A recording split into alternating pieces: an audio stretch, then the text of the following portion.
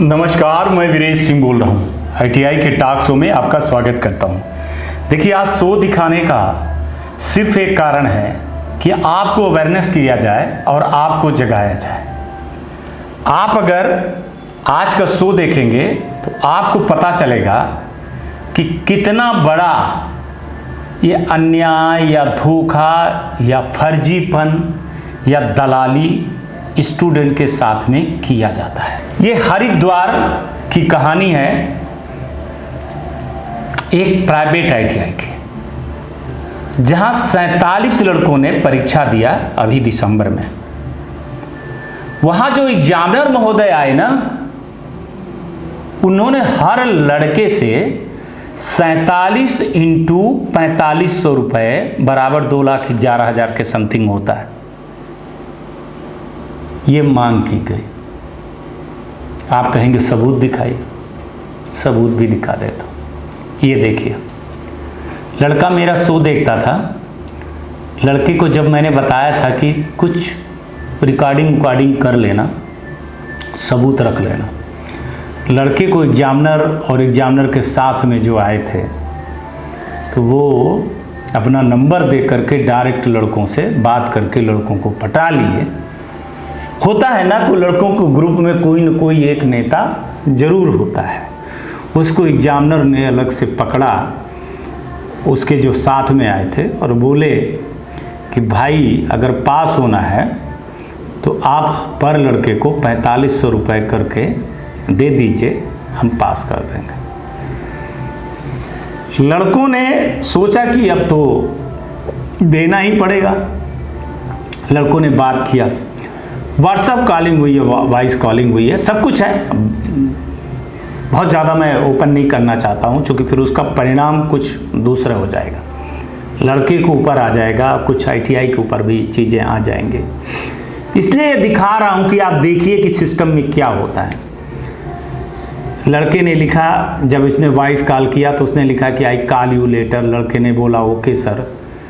फिर उन्होंने लिखते हैं कि भाई 4 में मना कर रहा है सामने वाला, 4 मतलब 4000 में। लड़कों ने बोला थोड़ा कम कर दीजिए, 4000 में बात हो जाए। तो उन्होंने लिखा 4500 रुपये में फाइनल बोल दिया है उसने कि 4500 रुपये फाइनल में होगा। लड़का बोलता है चलो कोई नहीं, आप बताओ, 4500 रुपये ही देंगे। हमारे सर पे पड़ गई है, जब मैंने हमारे सर में पड़ गई है, जब उसके सर पे ये सब चीज़ें आ गई है, तब वो चीज़ लिख रहा है। रिजल्ट 17 में, मतलब मैंने 17 तारीख को जो हो रहा था उसमें 17 तारीख के रिजल्ट की बात कर रहा हूँ, जो 17 तारीख को अपडेट होना था कि 100% पास होना चाहिए, और नहीं होगा तो आपको डबल पैसे देने होंगे।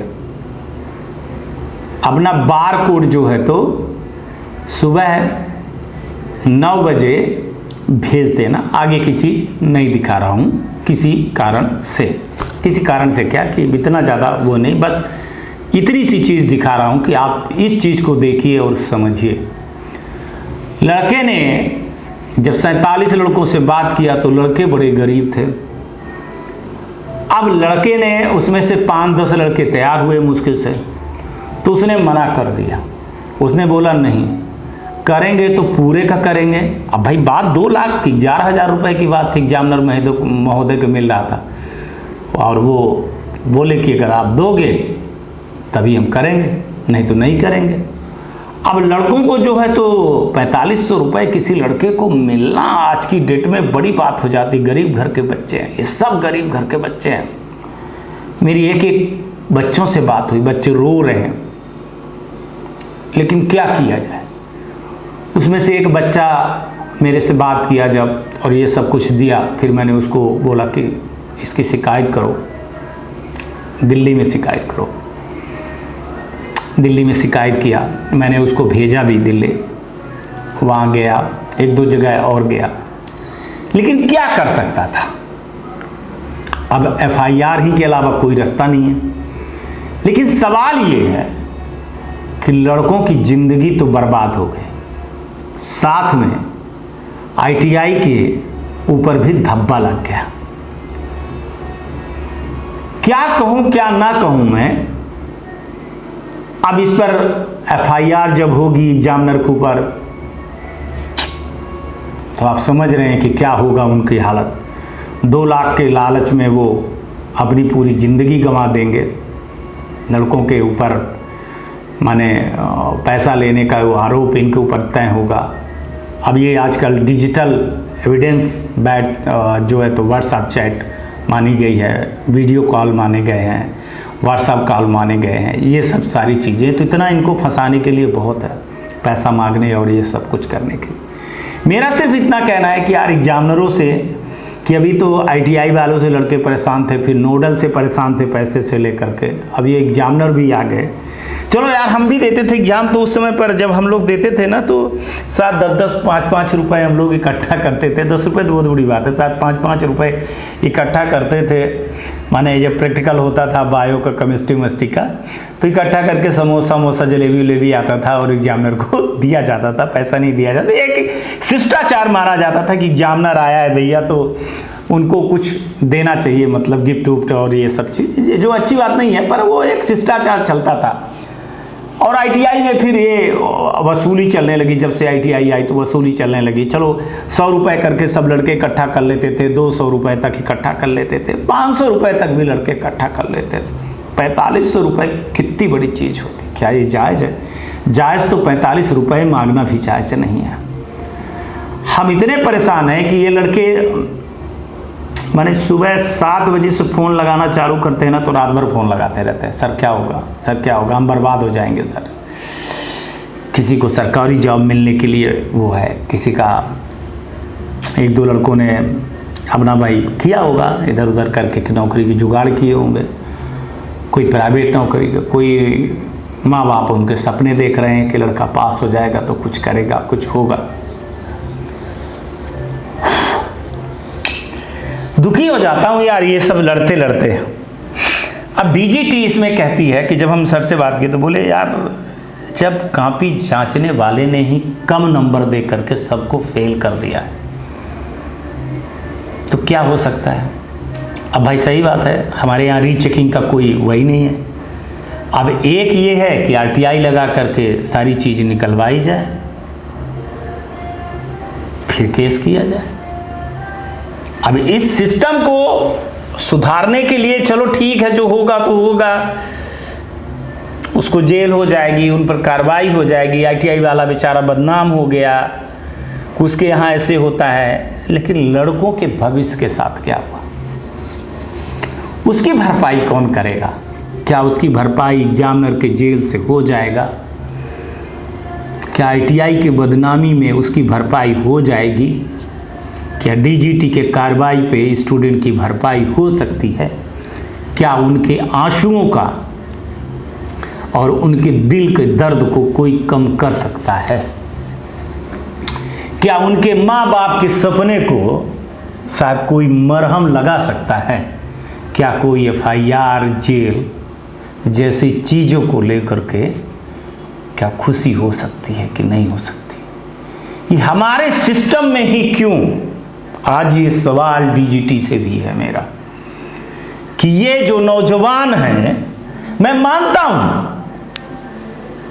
कि कहीं न कहीं लड़के भी कभी न कभी दोषी होते हैं, कभी फीस नहीं जमा करते हैं, कभी नकल के बहकावे में आ जाते हैं, कभी दलालों के बहकावे में आ जाते हैं और गलत कर बैठते हैं। गलतियां तो हमसे भी हुई हैं साहब, आपसे भी हुई है जब हम लड़के थे, पर हम लोगों की क्या जवाबदारी होती है कि हम सिस्टम को सुधारें। अभी हम सिस्टम की और लड़ाई लड़ रहे थे, अभी हमारी इतनी RTI लग गई थी कि हम उसी में परेशान थे। आँख का अलग से ऑपरेशन के उसमें अलग, देखिए सूजी हुई होगी आँख, है ना, सूजी हुई है आँख। लड़के अब सोने नहीं देते हैं, ये सब टेंशन सुन करके उनके माँ बाप आज जो है तो बोले सर आपने शो नहीं बनाया, ये नहीं किया, वो नहीं किया। मैंने कहा यार क्या दिखाऊं शो में, ये सब अच्छा नहीं लगता मेरे को, सिस्टम की बदनामी करना अच्छा नहीं लगता, लेकिन क्या करूं, कभी न कभी तो कहीं न कहीं तो लड़ना पड़ता है। बात कर रहा हूं ऊपर से लोगों को, लड़के सर क्या होगा, आज एक लड़के के गार्जियन ने भी बात की, बहुत सपना देखा था उसने, 4 बजे उठ करके खेत में जाना, जमीन नहीं है तो उसको किसी से वो लेते हैं ना आधे हिस्से में,